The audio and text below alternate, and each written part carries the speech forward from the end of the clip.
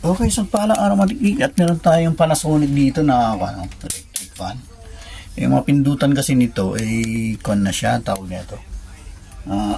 Mga electronic buttons na siya mga tiknik. Hindi katulad ng mga conventional na button lang, mechanical lang yun. Parang electrical lang pala, electrical.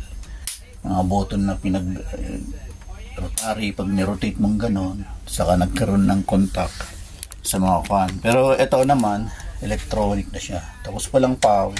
Actually nung pinatingnan sa akin to bago ko inuwi, may power minsan lang, tapos gumagana, tapos pag isaksak mo ulit nawawala na, hindi na paandar. So yun yung complaint. So tingnan natin mga tiknik, ang bali man yung saksak yan. Unang-unang tingnan natin yung fuse niya rito. So mga tiknik, may fuse yun dito. Yan, sukatan natin yan mga tiknik. So yung mga tiknik, gawin ang ating multimeter. Ito yung ating fuse. Yan, mga tiknik, buo yung kanyang fuse. So ibig sabihin sa loob may problema.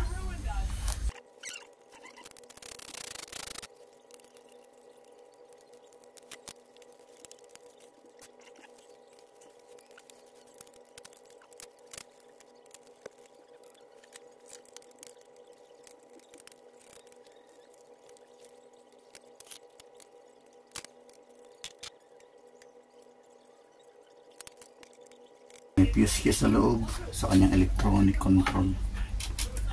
Ito.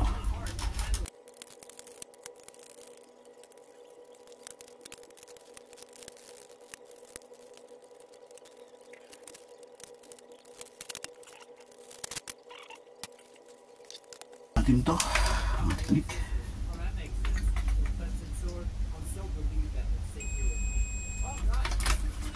Okay siya. Sukat tayo ng voltahe. Yan, ito, dito, kapasitor. Mala. Dito sa kabila, kapasitor na to sa primary.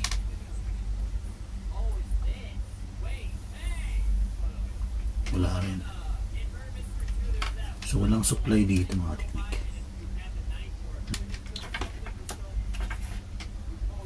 So tayo ang 80, 240.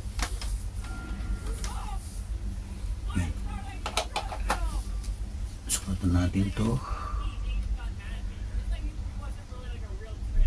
Walang pumapasok.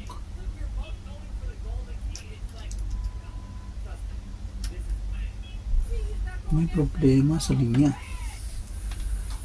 May problema dito mga teknik. Check natin. Mukhang loss lang yung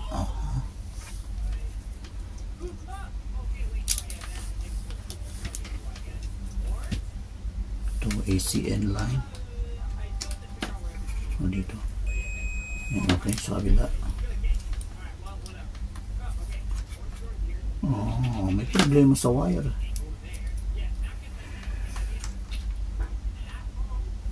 May problema ang wire natin.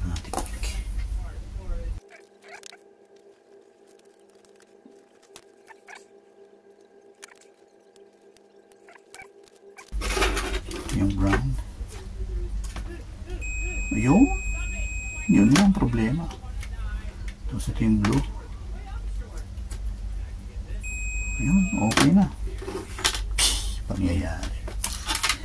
So yun lang mga teknik. Ang problema, tingnan natin. Saksak natin. So yung mga teknik, gawin muna tayo ng ganitong flag.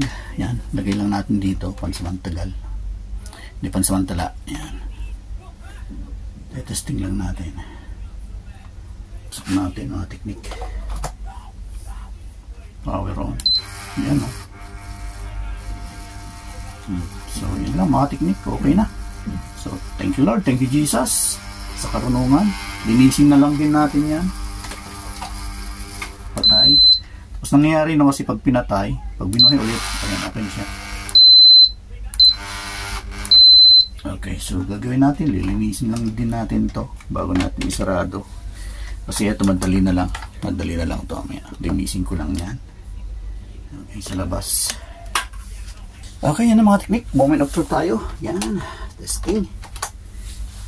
Okay, power on. Yan. Number 1 kaagad. Tapos yung kanyang paikot na kan.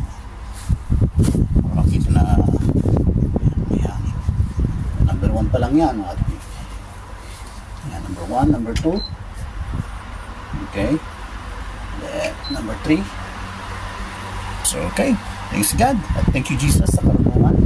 At ayos na yun. So, parang napakasimple lang yung problema. Kaso nga lang, yung access natin dun sa pinaka main circuit, napakahirap baklasin. So, yun ang nagpahirap sa atin.